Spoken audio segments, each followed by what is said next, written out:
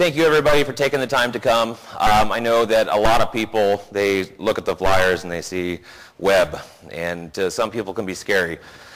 There's a lot of stuff out there, and the main thing is people don't really like change, but yet we sit there and we watch it. We know that the internet is the #1 place to sell cars, but yet we're hesitant to change. We're hesitant to give that authority and control over to an IT person. The class that I'm going to be doing today, I'm going to be going through very briefly on some pieces. There's about 25 slides.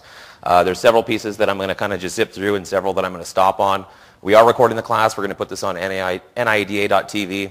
So if any of you guys want to go back through and you don't have a chance to write something down, you will be given the opportunity to actually download the printable PDF form and kind of go through it, or advise one of your IT guys to kind of take a look at it as well. But the name of the class here is Letting the Web Work for You, and it's pretty simple. First of all, you have to find out what's changing in order to figure out how to implement change. And recently, there's some statistics here that I put together to find out where everyone went.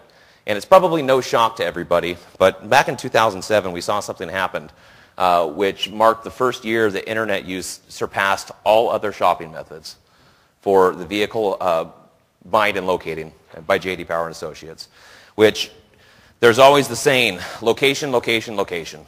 No one here, raise your hand if you drove out in the middle of the forest and said, I'm putting my lot right here. Okay, it doesn't make sense.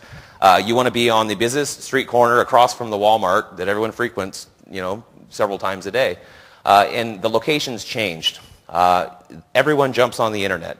It's easier to shop through 17 different websites, compare prices in the middle of winter without having to put on 17 pairs of socks on and kick tires all day. Or spend $60 for driving around in your gas-guzzling SUV to go shop for cars, or have to deal with salespeople that are extremely pushy. You have the comfort of your own home. So it changed in 2007, but something happened in 2008, which was that 91.4% of all consumers say they will search online prior to coming into actual dealership to purchase a vehicle. And that's in 2008. Now, you only have 100%. 91.4 is an extreme landslide to the year prior. Now, 9 out of 10 people who bought used the internet as their primary source of information about used cars, and only 1 out of 10 used TV and radio. Now, the benefit that everyone in this room has is the fact that you guys are all independent auto dealers. There's a lot of people out there that run statistics for franchise companies. The problem is a 2010 Dodge Chevy Camaro is a 2010 Chevy Camaro, and it comes with the same standard options.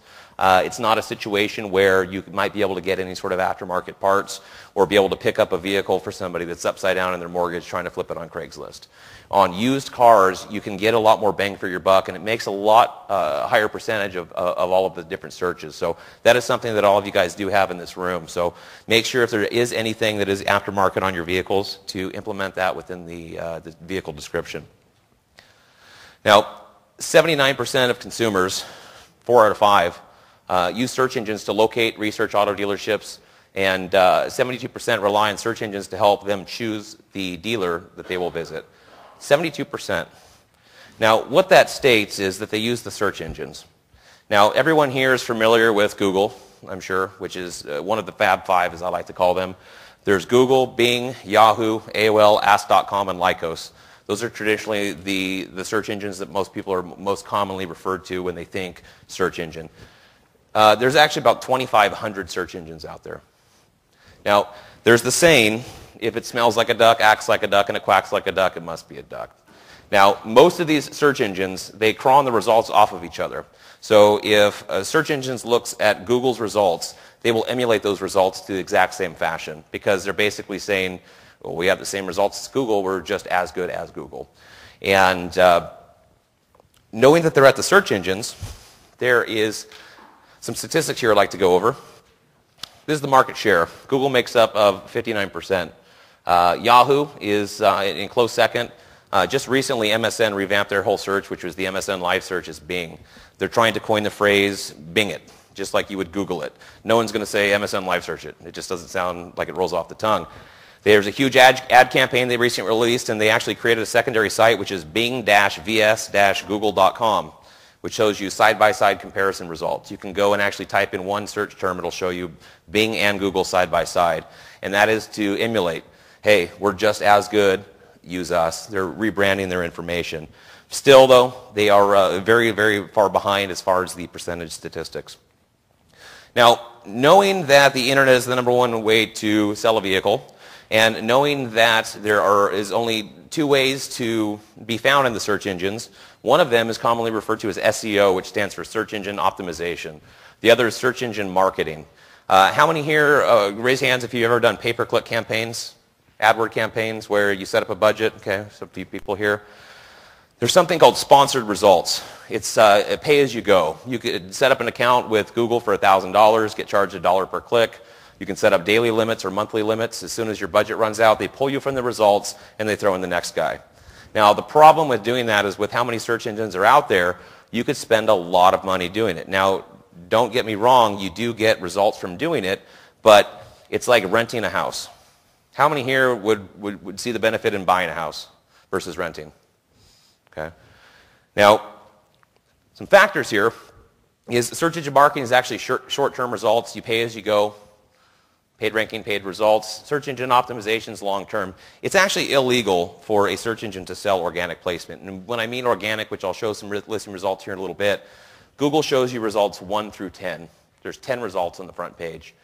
Sponsored links are on the side. Sometimes you will see a sponsored result at the top of the screen, which are traditionally a little bit higher in cost, about $5 per click.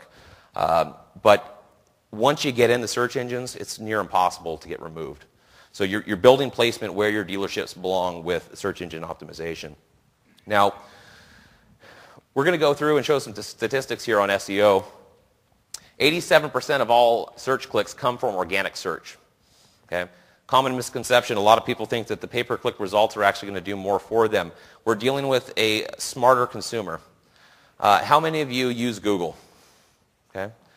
How many of you have seen a sponsored result pop up on the screen that has nothing to do with what you searched for? Okay. And that's being said, people are becoming smart. At first, they were unsavvy to that. And, there are some reasons why it would work. You search for wedding rings and 1-800-Flowers pops up. It could correlate with it, and when the time's right, you're able to see that. But we're dealing with a smarter consumer, and so the search engine optimization factor is highly beneficial due to the fact that that does make up the market share. Now, nearly half of the search engine users who continued their search engine process changed their search engine after reviewing just the first page of results. Okay. Now, traditionally, if I don't see something that I'm looking for, they're going to type something else in. No one goes to page 2. No one goes to page 3. No one goes to page 10, unless you have your Google browser set to 100 listings, so it's all on the first page. But the majority share of people will traditionally look at the first page, and if they do not see what they're looking for, they're going to type in something different. Now, marketers who hire an out-of-house organic SEO expert report an 110% jump in site traffic versus 38% for those who do SEO in-house. And yet, only 26% of marketers have outsourced organic search to an expert firm. That's a very large number. Now, there's a lot of people that can do it. If you have a dedicated IT person, there's a lot of things that we're going to go over in this class that I would highly recommend that you give to your IT person. It's free to learn. And there's a lot of companies that charge you a lot of monthly fees. We're a little bit of a different setup. We like to be knowledge-based and give that information out. But there's a reason why you should go to the experts, because SEO is extremely tricky. There's 2 types of SEO. There's black hat SEO, and there's white hat SEO. You always want to make sure if you're doing research on an SEO company to look into them, get some examples, and to find out information on black hat statistics, which I will put my information up here at the end. If you guys do want some information on that, I will go over it. But mainly the search engines are changing the rules in which they list their search results to try to kick the people out or cheating the system, basically, is what it comes down to. And if you're found cheating the system, well, guess what happens to that domain name that you have that's on all your marketing, all your signage? You got to redo it. You got to change servers because the IP address on your server is now tagged with a black hat company, and you lose